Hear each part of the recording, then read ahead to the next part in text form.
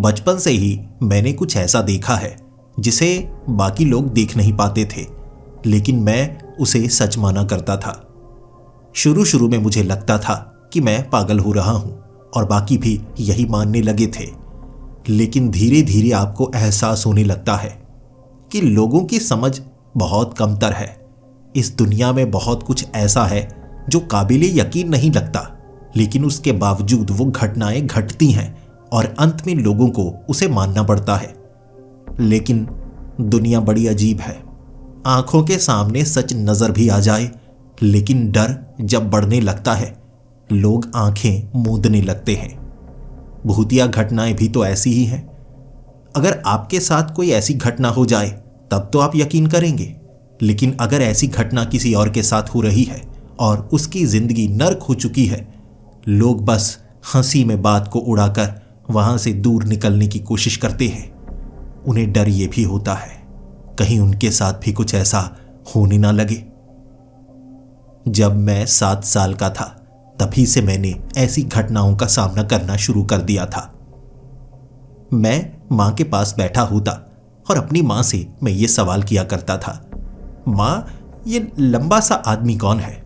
और मेरी मां कहा करती, इस समय कमरे में हम दोनों के सिवा कोई और मौजूद नहीं है। तुम्हारे पापा अभी काम से आने वाले हैं, हम 2 ही हैं कमरे में। लेकिन मैं मां को कहता, मां नहीं, इस समय कमरे में हम 2 नहीं हैं, हम 3 लोग हैं। वो लंबा सा आदमी जो कोने में खड़ा है। और मेरी मां कह देती, ऐसे अपने मन से किरदार मत बनाओ, कुछ भी ऐसा सच्चा नहीं होता। मैं कहता, मां नहीं, मैं ये बचपने में नहीं कह रहा हूं, सच में मुझे कोई नजर आ रहा है। लेकिन मेरी मां हंसी में बात उड़ा दिया करती थी। मेरी दादी भी कहा करती थी कि बच्चे कभी कभी ख्यालों में जीने लगते हैं और ऐसे दोस्त बना लेते हैं जो मौजूद होते ही नहीं, ये बस कल्पना होती है। लेकिन वो कल्पना नहीं थी, वो एक इंसान ही था, बड़ा अजीब, लंबा। उसका कद उस समय 8 फुट होगा। उसका सर छत के बेहद करीब होता और वो कोने में खड़ा रहता। शुरू शुरू में मुझे बहुत ज्यादा डर लगा करता था, क्योंकि जब मैं उसकी आंखों की तरफ देखा करता वो मुस्कुराने लगता। उसकी सफेद आंखें मुझे डरा कर रख देती और धीरे धीरे उसकी मुस्कुराहट बढ़ती ही चली जाती। कह सकते हैं कि 10 सेकंड तक मैं उसकी आंखों में देख नहीं सकता था। ऐसा लगने लगता कि उसकी मुस्कुराहट इतनी बड़ी हो जाएगी, उसका मुंह इतना खुल जाएगा कि वो मुझे निगल जाएगा। फिर धीरे धीरे मैं बड़ा होता चला गया। ऐसा नहीं था कि वो मुझे हर रोज नजर आया करता था, लेकिन कभी कभी वो मुझे बहुत चक्का कर देता। जैसे मैं बाथरूम में नहा रहा हूं तो दरवाजे के पास एकदम से वो मुझे नजर आता। लेकिन जब मैं किसी को बताता, मेरी बात पर कोई यकीन ही नहीं करता। ना मेरी माँ, ना मेरी दादी, ना मेरे पिता। हर कोई यही कहता, तुम ख्याली पुलाव पकाते हो। लेकिन मुझे वो नजर आया करता था, इसीलिए मैं डरा डरा सा रहता। धीरे धीरे उम्र बढ़ती चली गई और मैं भी ये मानने लगा कि वो मुझे दिखता है, वो मुझे डराता है, लेकिन वो मुझे नुकसान नहीं पहुंचाता। वो मेरे करीब रहता है और बार बार कोशिश करता रहता है कि मैं डरूं। तो मैंने उससे लड़ना सीख लिया। जैसे वो अगर किसी दीवार के पीछे छिपा हुआ है और वहां से मुझे घूर रहा है, मैं उसकी तरफ देखता ही नहीं और कभी कभी मैं उसके बीच से निकल जाता। वो बिल्कुल पारदर्शी की तरह था। लेकिन एक दिन मुझे यकीन हुआ कि वो मेरी कल्पना नहीं है। जब मेरी आंखों के सामने उसने वो कांच का ग्लास नीचे गिराया था, तब मेरी माँ भी डर गई थी। मैंने माँ को कहा, माँ ये उस लंबे आदमी ने किया है। मेरी माँ ने कहा, नहीं, वैसे ही ग्लास नीचे गिर गया होगा। वो कांच का ग्लास था जो टूट चुका था, लेकिन उस समय टेबल पर 5 ग्लास पड़े थे और एक एक करके वो 5 ग्लास गिरे। मैंने अपनी आंखों से देखा था, ये उस लंबे आदमी ने किया। लेकिन मेरी माँ ये देख ही नहीं सकती थी। मेरी माँ ने कहा, यह कोई भूत है जो चीजें गिरा रहा है। और उसके बाद मुझे मंदिर ले जाया गया, मुझ पर झाड़ फूंक की गई, मुझे कई जगह ले जाया गया, लेकिन कई दिनों बाद वो फिर से नजर आ जाता। वो मुझे नुकसान नहीं पहुंचाता, लेकिन मुझे डराता रहता और इस बार उसने एहसास दिला दिया था कि वो झूठ नहीं, बिल्कुल सच है। धीरे धीरे मुझे उसकी आदत पड़ने लगी थी। अब वो मुझसे बात भी करता था। मुझे वो अपना नाम बताने की कोशिश करता, लेकिन मैं उससे बिल्कुल भी बात नहीं करता, क्योंकि जैसे जैसे उसकी आंखों में घूरते रहो उसकी मुस्कुराहट बढ़ती रहती और मुझे डर लगने लग जाता। मुझे पूरा यकीन था कि वो एक भूत है, तो मैं भूत से दोस्ती कैसे कर सकता हूं। लेकिन फिर भी वो मेरे करीब ही रहा। मेरी आदत बन गई। मेरे सिवा उसे कोई देख नहीं पाता और एक दिन मैंने उसे स्कूल में देखा। सामने मेरी टीचर पढ़ा रही थी और बिल्कुल वो टेबल के पास खड़ा बाकी बच्चों को घूरता रहा। वहां से उसने मेरा नाम पुकारा था, जतिन। वो आवाज हॉल में गूंजी, लेकिन किसी को वो आवाज सुनाई नहीं दी। मैंने अपने दोस्तों से भी पूछा, क्या तुम्हें वहां एक आदमी नजर आ रहा है? मेरे किसी दोस्त ने हामी नहीं भरी, बल्कि वो मुझे कहते रहे कि तुम सबको डराने की कोशिश क्यों कर रहे हो। मैं बचपन से ये सीख चुका था कि वो मेरी कल्पना नहीं, वो कोई भूत है, लेकिन उसे कोई देख नहीं सकता। और अगर मैंने किसी के सामने कहा कि मुझे वो नजर आता है, लोग मुझे पागल समझेंगे। इसीलिए जब भी वो मुझे नजर आया करता, मैं हमेशा नजरें चुराने की कोशिश करता। धीरे धीरे वो भूत भी जैसे चालाक हो रहा था या मुझे भटकाने की कोशिश करता। जैसे मैं बाथरूम की तरफ जा रहा हूं तो वो टीचर की आवाज में मुझे पीछे बुलाता। मैं डर जाता कि अरे टीचर यहां कहां से आ गई। जब मैं पीछे मुड़कर देखता तो वो होता। फिर मुझे उस पर बहुत ज्यादा गुस्सा आता, लेकिन वो बस मुस्कुराता, मुझे भटकाता। घर में भी वो आवाज लगा दिया करता, जतिन खाना तैयार है, जल्दी से खाना खाने के लिए आ जाओ। है मेरी माँ की आवाज होती, लेकिन जब मैं टेबल पर जाकर बैठता मेरी माँ कह देती, खाना बना नहीं है, काम नहीं करना तुम्हें अभी। मैं गुस्से से भर जाता। मैं माँ को कहता, माँ वो नजर आता है, और फिर माँ मुझे डांटती कि तुम फिर से वही बातें करने लगे हो। तो अब मैं सीख चुका था कि उसके बारे में किसी को बता नहीं सकता। मुझे उसकी आदत पड़ चुकी थी, वो भी जैसे मेरा ही हिस्सा था। मुझे लग रहा कि मैं जब तक मरता नहीं तब तक वो मुझे नजर आता रहेगा। अगर नुकसान पहुंचाता ही नहीं तो डरने की बात ही क्या है। मुझे उसकी आदत पड़ चुकी थी। अब तो कभी कभी वो मुझसे बात भी किया करता। जैसे मैं शमशान घाट में जब जाता, किसी की मौत हुई हो, वो मुझे कहता, इतना भी अच्छा आदमी नहीं था, देखो अब भी अपने शरीर को छोड़कर जाने को तैयार नहीं है, सोच रहा है किसी के शरीर पर कब्जा कर ले। मैं वैसा नहीं हूं, मैं बस तुम्हारे करीब हूं, तुम्हारे शरीर पर कब्जा नहीं करूंगा। डरने की कोई जरूरत नहीं है, तुम मुझे खुद से दूर भी नहीं कर सकते। वो मुझे बाकियों के बारे में बताया भी करता कि वो इंसान अच्छा नहीं है, उसके पास मत जाया करो, तुम्हारी उम्र कम है। ऐसे बुरे लोग कभी कभी बच्चों का फायदा उठाने की कोशिश करते हैं। वो मुझे ये भी बताया करता था कि तुम्हारी क्लास में वो जो मैथ्स का अध्यापक है ना, वो अच्छा इंसान नहीं है। वो जानबूझकर बच्चों को ट्यूशन पढ़ाता है और वो कई महिला अध्यापक को छेड़ भी चुका है। वो बच्चों को गंदी नजर से देखता है, उसके पास ट्यूशन कभी मत पढ़ना।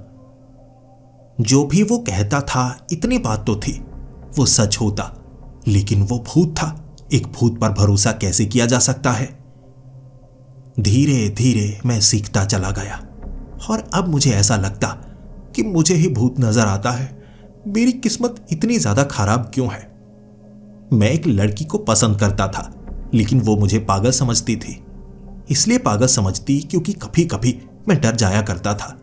मुझे तो वो नजर आता था ना, किसी और को नजर नहीं आता। तो सबको लगता मैं खुद से बातें करता हूं, लेकिन मैं खुद से बातें नहीं करता था, मैं उस भूत से बातें किया करता था। लेकिन मेरी किस्मत तब बदली जब मैंने एक लड़की को देखा। वो भी हमारे कॉलेज में ही पढ़ती थी। उसका नाम था प्रिया।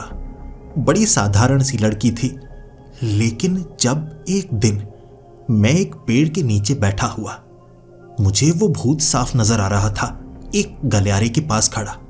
मैंने उस लड़की को देखा जो उसे देखकर डर गई।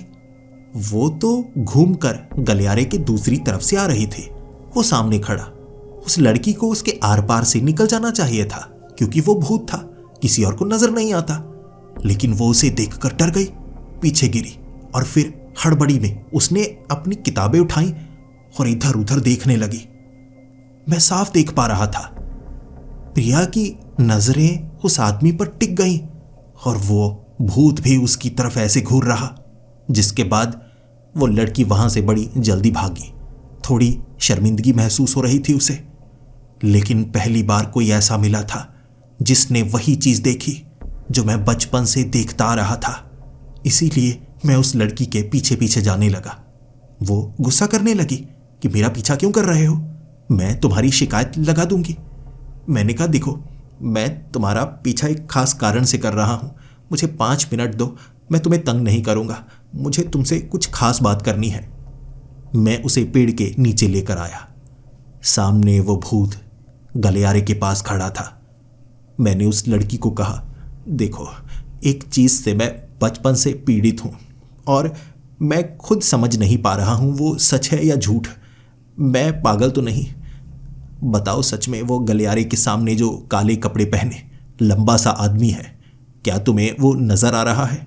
तुम उसी आदमी से डरकर नीचे गिरी थी ना? वो लड़की घबरा गई, उसकी आंखें फटी की फटी रह गई थी। वो हैरान और घबराहट में वो कहने लगी, नहीं नहीं, मुझे कुछ नजर नहीं आता, मुझे कुछ नजर नहीं आता, वहां कुछ नहीं था, मैं वैसे गिरी थी। मैंने उसे कहा, देखो, मुझे भी वो चीजें नजर आती हैं। पहले मैं खुद को पागल समझा करता था, वो मुझे नजर आता है, क्या तुम्हें भी वो नजर आता है? मैंने पहले तो उसे शांत किया।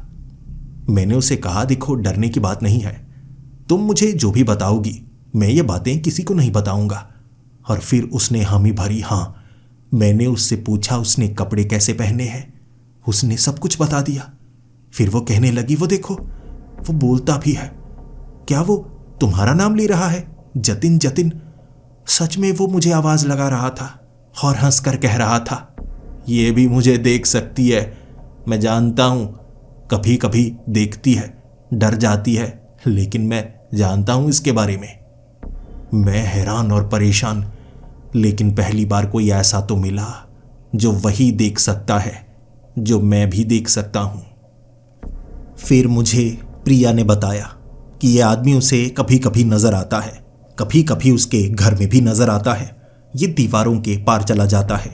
पहले उसे लगा करता था कि ये उसके मन का भ्रम है, लेकिन कभी कभी उसने चीजें हिलाकर दिखाई तो ये साफ था कि ये एक भूत है और उसे नजर आता है। और प्रिया ने भी झाड़ फूक वगैरह सब कुछ करवा लिया था, लेकिन इसका निवारण वो भी करवा नहीं पाई और उसने भी इसके साथ जीना सीख लिया था। प्रिया को पहली बार ऐसा कुछ 11 साल की उम्र में नजर आया था और ये इकलौता भूत नहीं है जो उसे नजर आता है। उसके वो घर की बिल्डिंग में एक बूढ़ी औरत रहती है जो हमेशा छत पर घंटी बजाती रहती है। वो घंटी की आवाज किसी को सुनाई नहीं देती सिवाय प्रिया के, और वो नजर भी सिर्फ प्रिया को ही आती है। कभी कभी छत के ऊपर वाली वो टंकी खराब हो जाती है, जिसे देखने के लिए प्रिया को ऊपर चढ़ना पड़ता है। तब उसे वो बूढ़ी औरत नजर आती है जो उससे बात करने की कोशिश करती है, लेकिन प्रिया उसे हमेशा इग्नोर करती है। ये उन खास एंटिटीज में से एक है जो उसे नजर आती है। और फिर मैंने उससे पूछा, ऐसा भी है, यानी यहां और भी भूत हैं? मुझे लगा मुझे सिर्फ एक ही भूत नजर आता है। तब प्रिया ने कहा था, अगर ये सच है तो मुझे लगता है तुम्हें मेरे साथ मेरे घर आना होगा। तुम भी छत पर चढ़कर देखना, क्या तुम्हें टंकी के पास वो बूढ़ी औरत नजर आती है? क्या तुम्हें भी वो घंटी की आवाज सुनाई देती है? क्या तुम मेरे घर आओगे? वक्त रात का होगा, लेकिन मैं कोई ना कोई बहाना लगा दूंगी, कह दूंगी कि क्लास में मेरे साथ पढ़ता है ये लड़का, बाकी मैं संभाल लूंगी। मैंने उसकी बात मानी। उस रात मैं उसके घर गया था। वक्त होगा 8 बजे का। पूरा का पूरा परिवार घर में ही था। प्रिया के जो पिता थे थोड़े शक्की थे, वो मुझसे बहुत ज्यादा सवाल कर रहे, लेकिन प्रिया का छोटा भाई काफी खुशदिल था। वो खास तौर पर मुझे यही कह रहा कि आपको प्रिया में पसंद क्या आया? मैंने कहा, कुछ पसंद नहीं आया, मैं सिर्फ उसका दोस्त ही हूं, लेकिन वो मुझे बार बार तंग कर रहा था। फिर मुझे एक घंटी की आवाज़ सुनाई दी। वो घंटी की आवाज़ सुनते ही मैंने प्रिया की तरफ देखा। उसने भी मेरी तरफ देखा। आंखों ही आंखों में उसने सवाल पूछा कि मैंने वो आवाज़ सुनी, और मैंने सर हिलाकर कहा, हाँ हाँ, ये वही आवाज़ थी। उसने भी सर हिलाया, हाँ। जिसके बाद वो कहने लगी, पिताजी टंकी भर गई लगती है, मैं ऊपर चढ़ के ठीक करके आती हूँ। जतिन, तुम मेरे साथ चलोगे? मैं तुम्हें टंकी दिखाती हूँ। उसका छोटा भाई भी हमारे साथ था। हम तीनों छत पर पहुंचे और टंकी के बिल्कुल साथ बैठी वो बूढ़ी औरत मुझे नजर आ रही। अब मैं क्या बताऊं, मैंने वो काला आदमी देखा था जो काले कपड़ों में होता, लंबा सा, दिखने में थोड़ा भयानक था, लेकिन ये बूढ़ी औरत अधकटी थी। आधा सर था उसका। भूत ऐसी घिनौनी दिख रही। जिसने प्रिया की तरफ देखा और फिर आवाज लगाई, बेटी बहुत दिन बाद आए हो, घंटी की आवाज तुम्हें सुनाई नहीं देती? इतनी तो आवाजें लगाया करती थी, कभी तो ऊपर आ जाया करो ना। फिर मेरी तरफ देखा उसने और फिर वो बूढ़ी औरत कहने लगी, ये भी मुझे देख सकता है? वाह, अपने जैसे को साथ लेकर आई हो। मैं डर गया। मैं छत से बड़ी जल्दी नीचे उतरा और प्रिया के भाई ने मुझसे सवाल पूछा था, अरे भैया, आपको भी कुछ छत पर नजर आता है? मेरी बहन पागल है, कहती है छत पर बूढ़ी औरत रहती है, घंटी बजाती है। सब लोग मेरी बहन को पागल समझते हैं। आपको भी कुछ ऐसा नजर तो नहीं आता ना? मैंने कहा, नहीं नहीं, देखो मुझे छत पर ना ऊंचाई से डर लगने लगता है, इसीलिए मैं नीचे आ गया। इस तरह उसके घर में वो बूढ़ी औरत को देखने के बाद मैं समझ चुका था, हम साधारण इंसान नहीं हैं, हम खास हैं। हमें भूत नजर आते हैं, इसीलिए हमें इसके साथ जीना सीखना होगा। इसके बाद मैं प्रिया के साथ कॉलेज में काफी बार मिलता और मैं उससे इसी टॉपिक पर बात करता, और वो आदमी दूर खड़ा दिख रहा होता। इसी के साथ प्रिया ने मुझे और भी कई भूत दिखाए, कई ऐसे भूतिया घर जहां लोग जाने से डरते हैं, लेकिन वहां उन्हें बस डरावना एहसास ही होता है। लेकिन हम वहां कैसी इवल एंटिटी है उसे देख भी सकते थे और उनसे हम दूरी बनाकर रखते। हम नहीं चाहते थे ऐसी इवल एंटिटीज हमारे करीब रहें, और काफी महीनों तक तो वो लंबा काला आदमी भी हमें नजर नहीं आया। हमारी जिंदगी बिल्कुल साधारण रहती, लेकिन अचानक फिर कभी वो नजर आने लगता। मुझे प्रिया ने यह भी बताया था। उसकी मां ने इस बारे में काफी लोगों को बताया, और एक ऐसी सोसाइटी भी बनी है जहां लोग अपने साथ घटी घटनाओं का विवरण देते हैं और इससे बचने के तरीके भी मिलकर सीखने की कोशिश करते हैं। लेकिन लोगों से ये सोसाइटी थोड़ा दूर ही रहती है, और ये कोई बड़ी सोसाइटी नहीं है। इसमें कोई 15 से 20 मेंबर ही होंगे। क्या हमें वहां जाना चाहिए? मैंने प्रिया से पूछा था। अगर हमारे जैसे और भी लोग हैं तो हमें उनसे मिलना चाहिए, हो सकता है किसी के पास इसका कोई सल्यूशन हो। हम दोनों शुरू शुरू में राजी नहीं थे, लेकिन राजी होना पड़ा, क्योंकि अगर आपको आपके जैसे मिल जाएं तो कभी कभी कुछ अच्छा महसूस तो हो ही सकता है। ये एक अलग ही सोसाइटी थी, कह सकते हैं पीड़ितों की सोसाइटी, जहां जो भूतों को देख सकते हैं या इन घटनाओं से पीड़ित हैं एक खास बंद पड़ी फैक्ट्री में इकट्ठा हुआ करते थे, क्योंकि इस फैक्ट्री को हॉल की तरह बदला गया था, जहां मीटिंग्स के लिए काफ़ी सस्ते में रेंट पर ये जगह मिल जाया करती थी, और महीने में एक बार मीटिंग हुआ करती। अगर ज़रूरी हो तो जल्दी सबको बुला लिया जाता। हमने वहां जाकर पहली बार महसूस किया कि हमारे जैसे कई लोग हैं। 15 से 20 लोग थे, कई कुर्सियां लगी हुई थी, और कोई भी वहां नेता नहीं था, कह सकते हैं कोई लीडर नहीं। हर कोई बस अपना मन हल्का कर रहा कि उसके साथ इस बार क्या हुआ, क्या इससे दूरी बनाई जा सकती है या नहीं।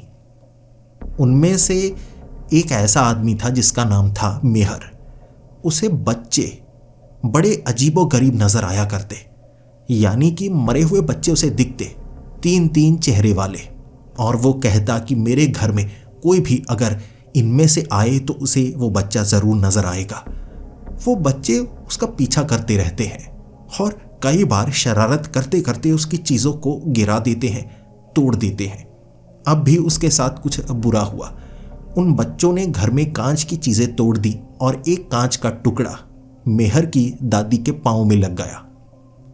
ऐसे और लोग भी थे जो अपनी बातें बता रहे और फिर सब हमसे जानना चाहते थे क्योंकि हम इस सोसाइटी के नए मेंबर थे। मैंने उस काले लंबे आदमी के बारे में बताया और ये भी कहा वो कोने में खड़ा है। सबकी नज़र जब कोने पर पड़ी, वहाँ जितने लोग थे हर कोई उस काले आदमी को देख सकता था और पहली बार ऐसा लगा जैसे वो कोई भूत नहीं बल्कि इंसान ही हो। सब देख सकते हैं, इसीलिए वो डर कर वहाँ से चला गया। मुझे बड़ी खुशी हुई। वाह, ये अच्छी बात है। और इसीलिए कुछ हिम्मत प्रिया को भी मिली थी। लेकिन वहाँ सिर्फ वही लोग नहीं थे जो भूतों को देख सकते थे। कुछ ऐसे लोग भी थे जो अलग तरह की पीड़ा से पीड़ित थे। अमन, एक ऐसा आदमी जो भविष्य देख पाता था। उसे सपने में भूतिया घटनाएं नजर आती बड़े अजीबोगरीब तरीके से, और उसमें उसे भविष्य की घटनाएं भी नजर आ जाती, जैसे उसकी माँ का एक्सीडेंट होना, उसकी दादी को चोट लगना, उसके दोस्तों के साथ कुछ बुरा होना या उसके घर में कुछ अच्छा होना। उसे कभी कभी वो भविष्य की झलकियां दिखा करती, और भविष्य का दिखना कितना डरावना हो सकता है उसने बताया। वो कह रहा था कि भविष्य को जानना बहुत बुरा होता है। अगर आपको पहले से पता लग जाए कि क्या होने वाला है और आप उसे बदल भी नहीं सकते, लेकिन आपके दिमाग में वो ख्याल बार बार आता रहता है कि वो घटना घटेगी कैसे। इस तरह से घटेगी कि जो आपको दिखाया गया है आप बदल नहीं सकते। घूमकर उस जगह आप पहुंचोगे चाहे जो हो जाए, और उस दृश्य को दूसरी बार देखना बड़ा डरावना होता है। अब उनमें से एक आदमी था जिसका नाम था करण। करण पहले पैरानॉर्मल इन्वेस्टिगेटर रह चुका था, यानी इन चीज़ों से उसका कोई रिश्ता नहीं था। बचपन से उसे कोई भूत वूत नज़र नहीं आया करता था, बल्कि वो इसे एक पेशा बनाना चाहता था, और उसकी बीवी भी कुछ इसी तरह की थी। तो उन्होंने पहले एक छोटी कंपनी शुरू की थी, कपड़े के व्यापारी बने, जिसके बाद वो पैरानॉर्मल इन्वेस्टिगेटर भी बन गए।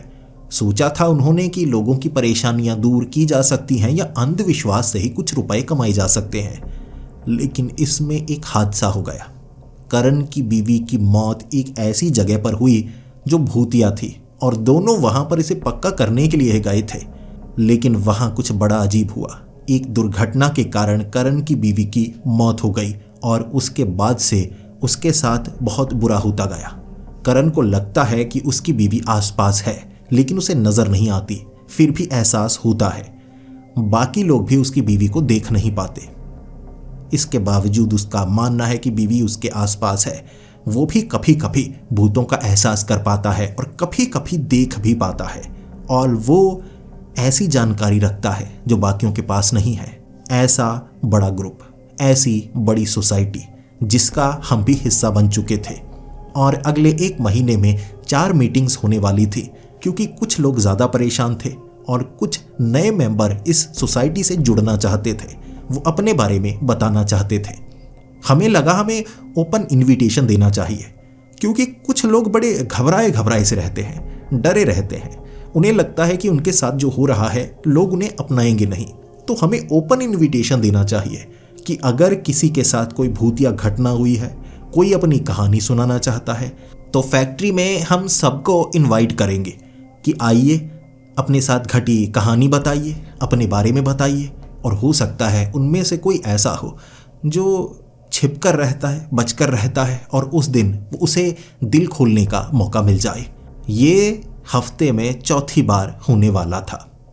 पहले 3 बार वहाँ पर कोई नया मेंबर नहीं आया। हम ही इस बार इकट्ठा हुए। 3 बार इकट्ठा होने के बाद मेरा भी थोड़ा दिल हल्का होने लगा था, और प्रिया भी कहती कि सबसे जानने को यही मिला है, ज़्यादातर जो भूत नज़र आते हैं वो कमज़ोर होते हैं, बहकाते हैं, बहलाते हैं, फुसलाते हैं, डराने की कोशिश करते हैं। सीधे सीधे किसी को भी नुकसान नहीं पहुंचाया गया। हर कोई यही कह रहा था, यानी हमें डरने की ज़रूरत नहीं है। जब हम डरते हैं तो वो ताकत हावी होती है, लेकिन जब हम उनके साथ जीना सीख जाते हैं वो समझ जाते हैं डराया नहीं जा सकता, बल्कि इसी तरह से रहना होगा, और जब हम हावी होने लगते हैं तो वो दूर होने लगते हैं। यही तरीका है उनसे बचने का। उस दिन मेहर ने कहा था कि ओपन इनविटेशन सबको भेजा गया है।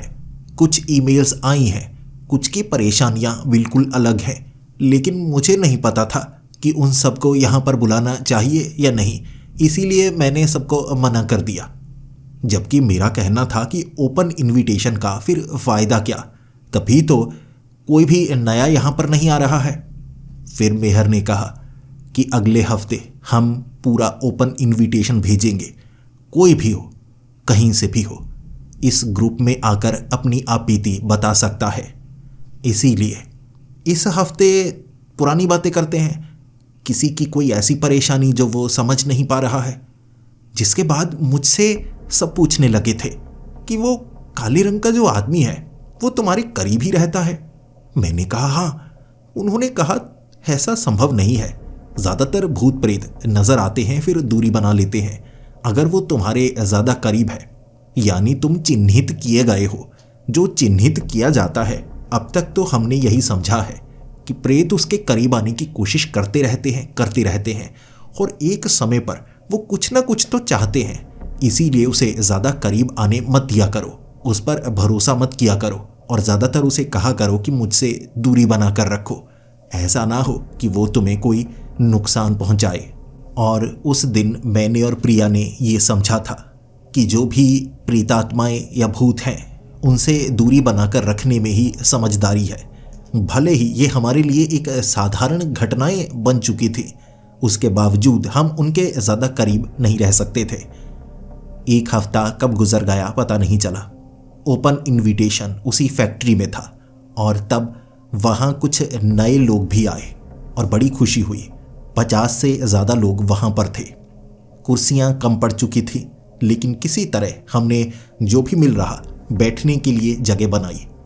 भीड़ ज़्यादा थी, हर कोई अपने बारे में बताना चाहता था। कुछ लोग सिर्फ जानने के लिए आ रहे थे कि उनके साथ जो हो रहा है क्या उन्हें भूतिया घटनाएं कहा जा सकता है। इसीलिए पहले उन लोगों की बातें सुनी गई। एक आदमी ऐसा था जिसे लग रहा था कि उसके घर में बहुत ज़्यादा मौतें हो चुकी हैं और इसका कारण कोई ना कोई भूत प्रेत की घटना है, लेकिन ये सिर्फ उसका शक था, उसे कुछ भी नज़र नहीं आता था। ऐसे ही कई और लोग जिनके साथ कुछ बुरा हो रहा था, और उनमें से एक ऐसा था जिसे भूत भी नज़र आते थे और वो कह रहा था इस समय वो भूत मौजूद है, लेकिन किसी और को नज़र नहीं आ रहा। लेकिन हमारी ये सोसाइटी ऐसी ही थी, हमें हर किसी पर यकीन करना था। हो सकता है कुछ ऐसा है जो उसे नज़र आता है, बाकियों को नज़र नहीं आता। उस दिन हर किसी ने महसूस किया कि इस बार कुछ अलग हो रहा है।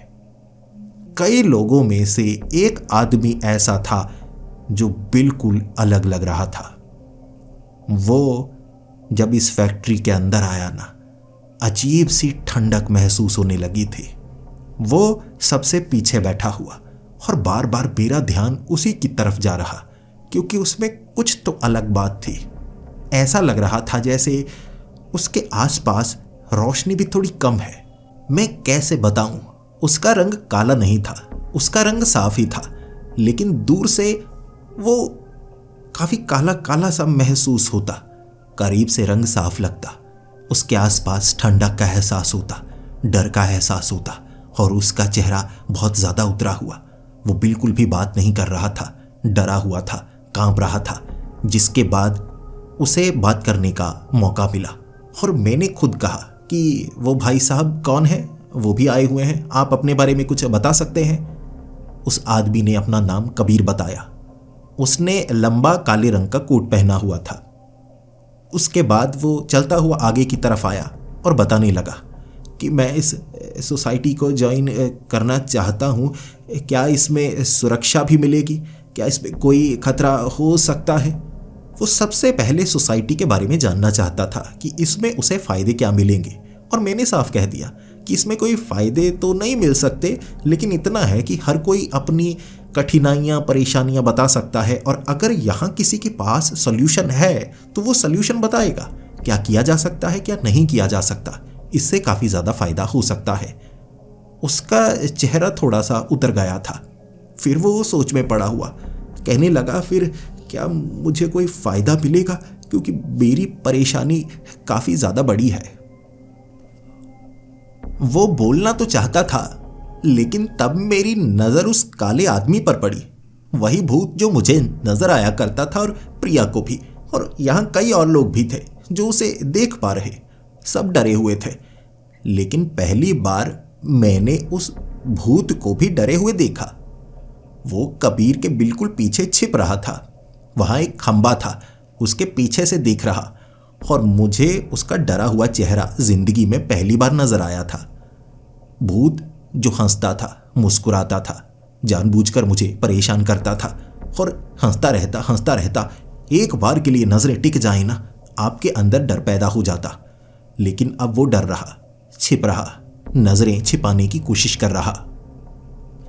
फिर कबीर ने बोलना शुरू किया, आप सब जब भूत प्रेत देखते हैं, आप उनसे बात करते हैं, फिर अगर आप बात ना करें, क्या तब भी वो करीब आते हैं? सबका कहना था बिल्कुल, अगर आप उनसे बिल्कुल बात ना करें तो वो दूरी बनाने लगते हैं, लेकिन अगर आप उनकी तरफ देखें और वो आपकी तरफ आकर्षित हों तो वो करीब आते हैं। लेकिन ऐसा कभी कभी होता है, और ये भूतिया घटनाएं अब थोड़ी आम हैं। यानी यहाँ जितने भी लोग हैं उन्हें कोई खास नुकसान तो नहीं हुआ है, लेकिन बस कभी कभी ये चीज़ें नज़र आती रहती हैं। कबीर का कहना था, इसका मतलब कि आप चुनते हैं आप किसे देखना चाहते हैं, कि आपके करीब है, या वो चुनते हैं? मेरे लिए तो चुनाव मेरा नहीं है, चुनाव उनका है। और जैसे ये जो काला आदमी आपको नज़र आ रहा है, सबका कहना था कि हाँ, जिन्हें भी भूत नज़र आते थे वो इस पर यकीन कर रहे, जबकि वहाँ कुछ नए लोग थे जो इसे बेतुका मान रहे, क्योंकि उन्हें कुछ नज़र आ ही नहीं रहा था। कुछ लोग उठकर जा चुके थे। लेकिन कबीर का कहना था, ऐसे तो बहुत नज़र आते हैं, पता नहीं क्यों मुझे बहुत नज़र आते हैं। वहाँ पहली बार हमने महसूस किया था कि एक तो ही भूत नज़र नहीं आ रहे हैं, वहाँ पर कई लोगों को वो पुराने भूत भी नज़र आने लगे थे जो उन्हें पहले नज़र आया करते थे। जैसे एक आदमी को बच्चे नज़र आ रहे थे, कई चेहरों वाले। मुझे वो काले रंग का आदमी नज़र आ रहा था। प्रिया को वो बूढ़ी औरत भी वहाँ पर नज़र आई, घंटी बजाती हुई, और उसे मैं भी देख सकता था। इसी तरह से इस समय इस कमरे में बहुत सारी चीज़ें मौजूद थी। कुछ पैरानॉर्मल एंटिटीज़ थी तो कुछ पैरानॉर्मल थिंग्स थी। थिंग्स यानी कि वो जीवित नहीं है, लेकिन उसे कोई देख नहीं सकता, इसके बावजूद वो किसी तरह से हमारे साथ जुड़ी होती हैं और हमारे आसपास वो महसूस होती है, जैसे कि वो बजने वाली घंटी जिसे वो बूढ़ी औरत लेकर आई होगी। ऐसे और भी कई चीज़ें होती हैं। पहली बार इतना सब कुछ महसूस किया गया, और उस हफ्ते हमें लगा था कि वो आदमी कबीर, वो भी हमारी सोसाइटी का हिस्सा बनना चाहिए, क्योंकि उसके साथ भी कुछ बुरा हो रहा है। वो एक से ज़्यादा एंटिटीज़ को देख पाता है। हम उससे ज़्यादा जानना चाहते थे, लेकिन वो डरने लगा था, क्योंकि यहाँ पर बहुत सारी एंटिटीज़ उसे नज़र आ रही, जिससे वो डर रहा, भागने की कोशिश कर रहा, और हम सब उसकी मदद करना चाहते थे। सोसाइटी के सभी मेंबर उस समय उस फैक्ट्री से बाहर निकल रहे थे। मैं और प्रिया कबीर की मदद करना चाहते थे, क्योंकि बाकी थोड़ा डर चुके थे, और ये सोसाइटी ऐसी ही है। वहाँ अंदर तो सब ऐसे बात करते हैं जैसे एक दूसरे की मदद करना चाहते हैं, बाद में सब अपना काम निकाल कर वहाँ से निकलने में बनते हैं। मैं कबीर से बात कर रहा था, और वहाँ धूप काफ़ी ज़्यादा थी, और हमेशा जब धूप ज़्यादा होती है तो ऐसी एंटिटीज़ दूर चली जाती हैं। अंधेरे में ये एंटिटीज़ बहुत ज़्यादा नज़र आती हैं। मैं और प्रिया कबीर के पास खड़े उससे पूछ रहे थे कि वो कहाँ पर रहता है, और कबीर ने अपना एड्रेस बताया। वो अकेला रहता है, वो अपने परिवार के साथ नहीं रहता, क्योंकि उसके कारण उसके परिवार को बहुत कुछ सहना पड़ा है। मैंने कबीर को कहा कि अगर तुम्हें हमारी मदद चाहिए, क्योंकि रात के वक्त ना ये एंटिटीज़ काफ़ी हावी होती हैं, तुम डरते होगे। उसने कहा, हाँ मुझे बहुत डर लगता है रात को।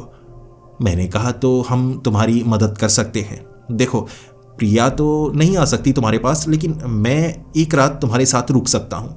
तुम्हें बता सकता हूँ ये जो एंटिटीज़ हैं जब हावी होती हैं तो इनसे कैसे बचना है, डील कैसे करनी है। उसने कहा, बहुत बहुत शुक्रिया, लेकिन इससे कोई फ़ायदा होगा? मैंने कहा, हाँ फ़ायदा हो सकता है। जब मैं तुम्हारे साथ रुकूंगा तब तुम्हें बता सकता हूँ। उसने कहा, आज रात ऐसा किया जा सकता है? मैंने कहा, बिल्कुल, मैं मदद के लिए तैयार हूँ। डरने की कोई खास बात है ही नहीं।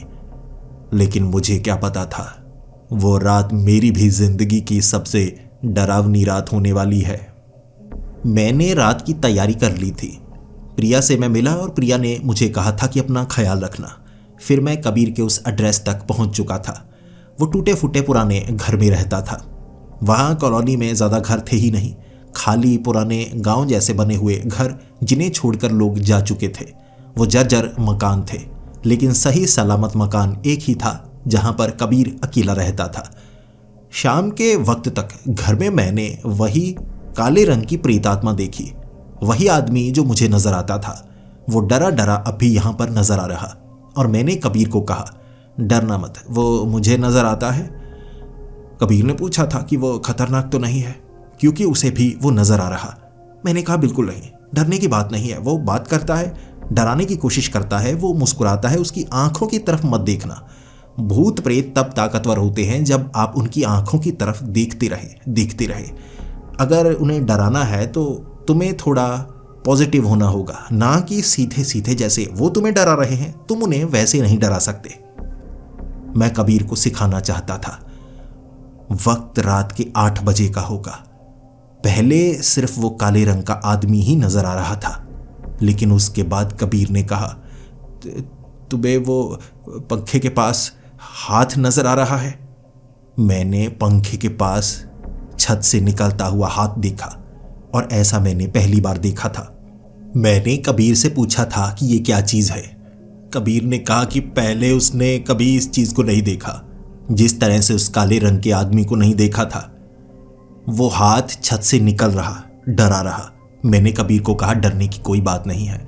जिसके बाद किचन से सामान गिरने की आवाज आने लगी। हम दोनों जब किचन में गए, वहां काले कपड़े पहने एक औरत थी, अजीब सी थी, पारदर्शी। मैंने कबीर से पूछा कि ये कौन है, क्या तुम्हें ये भी नजर आती है? और कई ऐसी एंटिटीज घर में मौजूद थी जिनकी संख्या गिनी नहीं जा सकती थी। मैं पहली बार हैरान हो गया। मुझे 10 से ज्यादा एंटिटीज एक घर में नजर आई और हर कोई हरकत कर रहे, डराने की कोशिश। कभी कभी तो ऐसा लगता चीजें गिराई जा रही हैं, हवा में उड़ाई जा रही हैं। दीवारों से निकलने वाले हाथ हमें पकड़ने की कोशिश कर रहे हैं, लेकिन उनसे दूरी बनाए रखी। मैं कबीर को समझाता रहा, डरने की बात नहीं। लेकिन कबीर की एक बात जो मुझे डरा रही, कबीर कह रहा था कि कुछ एंटिटीज हैं जो उसने पहले देखी हैं, जबकि कुछ एंटिटीज हैं उसने पहले कभी देखी ही नहीं। वो सोसाइटी में गया, उसके बाद ये चीजें उसे नजर आने लगी हैं। और मैं हैरान था, ऐसा तो पहले कभी नहीं हुआ। जो एंटिटी जिसका पीछा करती है वो ज़्यादातर उसी के करीब रहती है, लेकिन ऐसा लग रहा है कि सभी एंटिटीज़ तुम्हारे आसपास घेरा बनाती जा रही हैं। और उसने कहा, ऐसा उसके साथ कई बार हो चुका है। वो यही तो कहना चाहता था कि जहाँ पर भी उसे कोई नज़र आता है, पता नहीं क्यों उसका पीछा करने लगता है। उसे पता चल जाता है कौन जिंदा है, कौन भूत या प्रेत है, और जो उसका पीछा करता है धीरे धीरे उसके करीब आता है। मैंने पूछा, करीब आकर वो करता क्या है? तुम उसे दूर कैसे करते हो? कबीर ने कहा, दूर नहीं कर पाता हूं, ऐसे ही जीना पड़ता है। और फिर उसके कमरे का दरवाजा बंद हुआ। वो दरवाजा हम खोल नहीं पा रहे थे। ऐसी ताकत का एहसास मैंने पहली बार देखा। वो काले रंग का जो आदमी मुझे नजर आया करता था, वो हंसने लगा और उसकी हंसी की आवाज कमरे में गूंजने लगी। उसने मुझे धक्का दिया। जिंदगी में पहली बार उसने मुझे छुआ, मुझे नीचे गिरा दिया उसने। फिर उसने कबीर को पकड़ा, अपनी बाजुओं में लपेट लिया। कबीर चीख रहा था, लेकिन वो मदद के लिए नहीं चीख रहा। वो कह रहा था, चले जाओ, ये तुम्हें भी चोट पहुंचाएंगे, चले जाओ। और मैं इतना ज़्यादा डर गया, उस वक्त मुझे कबीर के घर से भागना पड़ा और इसका जवाब मुझे चाहिए था। मैंने कबीर को कहा कि इमरजेंसी मीटिंग हम अगले हफ्ते रखेंगे, सबके सब वहाँ पर इकट्ठा होंगे। हमें ये जानना है कि तुम्हारे साथ क्या हो रहा है, इससे तो तुम्हारी जान को खतरा हो सकता है। ऐसा भी हो सकता है तो सबके साथ भी ऐसा अगर होगा तो परेशानी बढ़ सकती है। वहाँ सोसाइटी के कुछ खास मेंबर थे जो विदेशी थे और वो सालों बाद कभी कभी आया करते। ऐसी सोसाइटीज़ भारत में ही नहीं, देश के अलग हिस्सों में और विदेशों में भी बनी हुई हैं। इसीलिए इस बार कुछ खास लोग थे जो इमरजेंसी के तौर पर यहाँ पर बुलाए गए थे। कुछ चर्च के पादरी थे, कुछ मंदिर से पुजारी भी बुलाए गए थे। ऐसे कई लोग जो इसके बारे में जानते होंगे। सोसाइटी का हिस्सा वो भी थे। मीटिंग में कबीर सबसे अंत में आया था। तब तक हालात बिल्कुल सामान्य, हर कोई हंसकर बात कर रहा और भूतों की बातें ऐसे हो रही थी जैसे आलू गोभी की बातें होती है कि तुम्हें किस तरह की परेशानी है, डरने की बात नहीं, मैं तुम्हें ऐसा करता हूँ, बाइबल देता हूँ, उसे पढ़ा करो, तुम्हें डर नहीं लगेगा। किसी को कहा जा रहा था कि तुम टीका लगाया करो, उससे धीरे धीरे भगवान की तरफ तुम्हारा ध्यान होगा तो इस तरफ ध्यान नहीं जाएगा। ऐसे हर धर्म के हिसाब से बातें बताई जा रही और सोसाइटी का माहौल बड़ा हल्का था। वहाँ कुछ लोगों को ऐसी एंटिटीज़ उस वक्त नज़र बिल्कुल भी नहीं आ रही थी, क्योंकि इतने पॉजिटिव लोग वहाँ पर थे तो ईवल एंटिटीज़ का वहाँ पर होना कोई साधारण बात नहीं हो सकती। लेकिन फिर वहाँ पर पैर रखा कबीर ने, और कबीर की मौजूदगी ने ही सबको थोड़ा थोड़ा डराना शुरू कर दिया। पहले तो सब कबीर की तरफ देख रहे थे और कबीर जब कुर्सी पर आकर बैठा थर थर काँप रहा था। उसकी बाजुओं पर हल्की फुल्की चोट लगी थी, चेहरे पर छोटा मोटा खरोंच का निशान था। और जब कबीर से पूछा गया, खास तौर पर मैंने ही कहा था कि तुम रात को जो हुआ सबको बताओ, कबीर ने बताया और मैंने इसकी पुष्टि की। जी हाँ, मैंने भी ये सब देखा है अपनी आंखों के सामने। लेकिन ये कबीर के साथ क्यों होता है? कबीर उसके बाद सबको बताता गया कैसे बचपन से ये ईवल एंटिटीज जब उसके करीब आती हैं उस पर हमला करती हैं और कभी कभी वो हवा में उड़ने लगता है, छत के ऊपर से जैसे खींचने लगता है, जमीन से हाथ निकलते हैं जो उसे नोचने की कोशिश करते हैं। जो उसके करीब हो उसके साथ भी ऐसा कुछ होने लगता है, इसीलिए वो परिवार से भी दूर है। वहां धीरे धीरे कई ईवल एंटिटीज इकट्ठा होना शुरू हो गई। वो काले रंग का आदमी भी, छत से हाथ निकलने शुरू हो गए थे दिन के वक्त। पादरी हो या पुजारी, सब डरे हुए थे। ये चल क्या रहा है? घबराए घबराए। किसी के पास कोई खास जवाब नहीं था, लेकिन उनमें से एक आदमी ने बोला। वो विदेशी था और शायद ऐसा कुछ उसने पहले देखा था। उसने कहा, ये एम्पलीफायर है, ये एम्पलीफायर है। उसके ये शब्दों का अर्थ किसी की समझ में नहीं आ रहा था। एम्पलीफायर है मतलब क्या? उसने कहा कि कुछ लोग ऐसी ईवल एंटिटीज को अट्रैक्ट करते हैं। कुछ में इन्हें देखने की क्षमता होती है। जो अट्रैक्ट करते हैं उनके आसपास ईवल एंटिटीज होती हैं, लेकिन नुकसान नहीं पहुंचा सकती। जो देख सकते हैं वो ईवल एंटिटीज को देख पाते हैं, तो ईवल एंटिटीज को लगता है उनसे संपर्क बनाया जा सकता है, तो ईवल एंटिटीज उनके करीब रहती हैं। जैसे कि जतिन तुम्हारे पास वो काले रंग का आदमी जो बात करने के लिए कभी कभी आता है, वैसे ही हो सकता है तुमसे उसे कोई काम हो। लेकिन ये एम्पलीफायर है और कुछ लोग एम्पलीफायर होते हैं, यानी ईवल एंटिटीज उनकी एनर्जी को यूज़ कर सकती हैं और उनकी एनर्जी से वो एम्पलीफाई होती हैं। ईवल एंटिटीज ताकतवर बनती हैं। ये एम्पलीफायर है, इससे ऊर्जा निकलती है जिससे ईवल एंटिटीज ताकतवर हो रही हैं। तभी यहाँ हल्का हल्का रोशनी में अंधेरा महसूस हो रहा है जिसे बताया नहीं जा सकता। ठंडक महसूस होती है क्योंकि ये हर ईवल एंटिटी को एम्पलीफाई कर रहा है, ताकतवर बना रहा है। और शुरू में ये ईवल एंटिटीज डरती हैं ये कैसी ऊर्जा है, और जब उन्हें इस्तेमाल करना आ जाता है तो वो ईवल एंटिटीज इसका इस्तेमाल करती हैं, इसे नोचती हैं, इसके करीब रहती हैं। इसीलिए अब हम खतरे में हैं। वहाँ पर ऐसे ऐसे शैतानी रूप नजर आ रहे। भीड़ थी वहाँ, भीड़ 100 से ज़्यादा। मैंने इतने भूत कब्रिस्तान में भी नहीं देखे थे जितने उस कमरे में। और फिर वो लोगों को डरा रहे, नुकसान पहुंचा रहे। मैं 2 फुट हवा में उड़ा था, फिर नीचे गिरा और फिर मेरे सामने वो काले रंग का भूत जो बचपन से मुझे नजर आता था, उसने मुझसे बात की और कहा था, चले जाओ यहां से, अगर बचना चाहते हो तो चले जाओ, इससे दूर रहो। उसने मुझे सतर्क किया। मुझे हमेशा से लगा करता था कि वो मुझे नुकसान पहुंचाना चाहता है, लेकिन उसने मुझे साफ साफ संदेश दिया कि मैं चला जाऊं यहां से। और इस तरह सबके सब वहां से भागने लगे और कुछ तो कबीर को धमकी दे रहे थे कि दोबारा हमारे पास मत आना और इसे पता नहीं लगना चाहिए सोसाइटी की मीटिंग कहाँ पर होती है, जगह बदली जाए। और कबीर रोता रोता वहां से भाग निकला था। हम सोसाइटी के मेंबर जो इस पर डिस्कशन करना चाहते थे, लेकिन हालात बहुत बद से बदतर हो चुके। कबीर के जाने के बाद वहां पूरी तरह से शांति थी। मैंने उनसे कहा कि हमें उसकी मदद करनी चाहिए, लेकिन उस आदमी ने यही कहा था, एम्पलीफायर की मदद नहीं की जा सकती, वो खुद परेशानी है, भूत प्रेत उसकी परेशानी नहीं है, वो परेशानी है। उसके अंदर एक ऐसी ताकत है जो ऐसी शैतानी ताकतों को बढ़ाएगी, तो उसकी मदद नहीं की जा सकती, उससे सिर्फ दूरी बनाई जा सकती है। उसे इसकी आदत डालनी होगी, क्योंकि वो इस ताकत के साथ ही पैदा हुआ है। वहां मैं कुर्सी पर बैठा रहा। सब लोग जा चुके थे। मैं घबराया हुआ। प्रिया भी वहां से जा चुकी। मैं बचपन से सोचा करता था कि मैं एक ऐसी बड़ी परेशानी में हूं जिसका निपटारा नहीं किया जा सकता, और शायद मैं सबसे बदकिस्मत इंसान हूं। लेकिन अब मुझे लगने लगा था कि जो मेरे साथ हो रहा था वो तो कुछ भी नहीं है। मुझे तो बस वो काला आदमी नजर ही आता था, लेकिन कबीर के साथ जो होता है वो तो बहुत भयानक है, और उसका क्या कोई इलाज भी नहीं हो सकता। वो काले रंग का आदमी मुझे वहां नजर आया था, और ये आखिरी बार था जब वो मुझे नजर आया। मैं डरा नहीं, बल्कि मैं उससे बात करना चाहता था। वो मुस्कुरा रहा।